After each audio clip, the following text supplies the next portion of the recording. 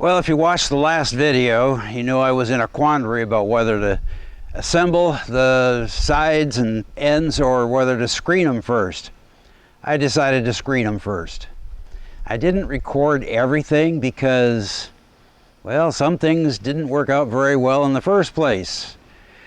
I did record fixing my disaster, but you know, take a look, it's the end panel.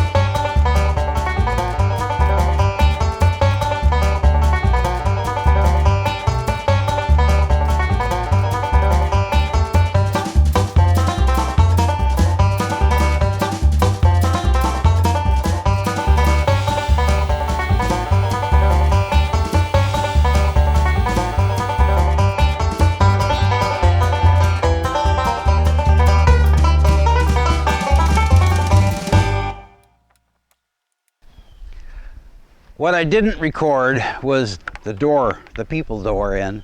That was experimental. I didn't know if I was going to use a hammer or the air-powered stapler gun. Finally used the air-powered stapler gun, and it turned out kind of okay. But what I have left to do now is the long stud sides, and that probably will have its easy parts and its hard parts. We'll see.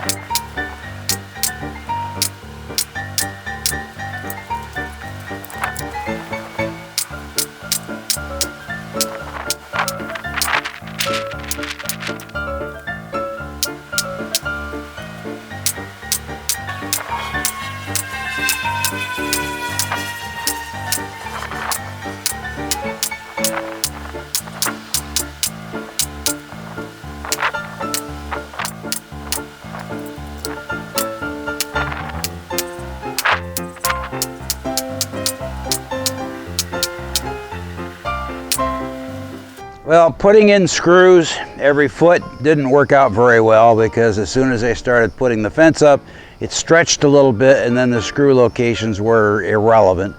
So all the way around it was just more trouble than it was worth. So for the second side, I decided to use these spring clamps. They're Bessey, adjustable arm spring clamps. They're hard to get these days. I bought mine like 15 years ago. So let's do that and see how that goes.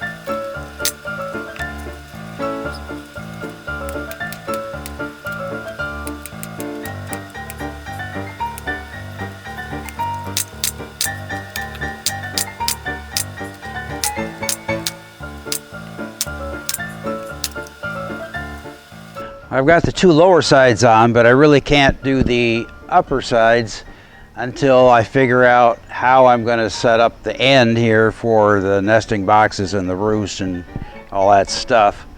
So I can't do that until I set up the shell, you know, get the walls straightened up and get them fastened with the door end and the other end. So that's about where I am, and that's what we're going to do next.